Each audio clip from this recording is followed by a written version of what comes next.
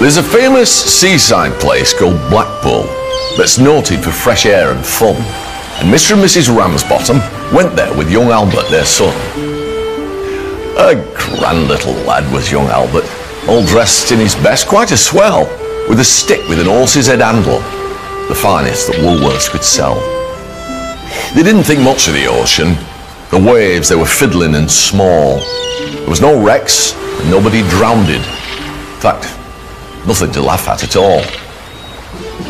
So seeking for further amusement, they paid and went into the zoo, where they had lions and tigers and camels, and old ale and sandwiches too. There was one great big lion called Wallace. His nose were all covered with scars. He lay in a somnolent posture, with the side of his face on the bars. Now Albert had heard about lions, how they was ferocious and wild. To see Wallace lying so peaceful, well, it didn't seem right to the child.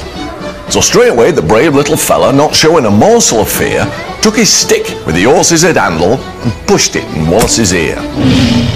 You could see that the lion didn't like it, but giving a kind of a roll, he pulled Albert inside the cage with him and swallowed the little lad on.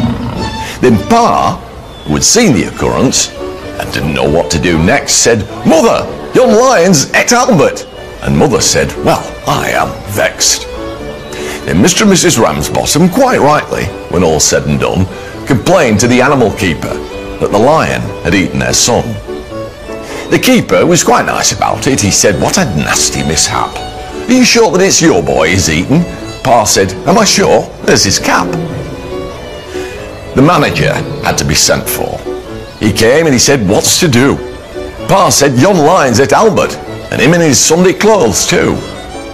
Then Mother said, "Right's right, young fella. I think it's a shame and a sin for a lion to go and eat Albert, and after we've paid to come in." The manager wanted no trouble. He took out his purse right away, saying how much to settle the matter. And Pa said, "What do you usually pay?" But Mother had turned a bit awkward when she thought where her Albert had gone. She said, "No, someone's got to be summoned." So that was decided upon. Then off they went to the police station in front of the magistrate chap.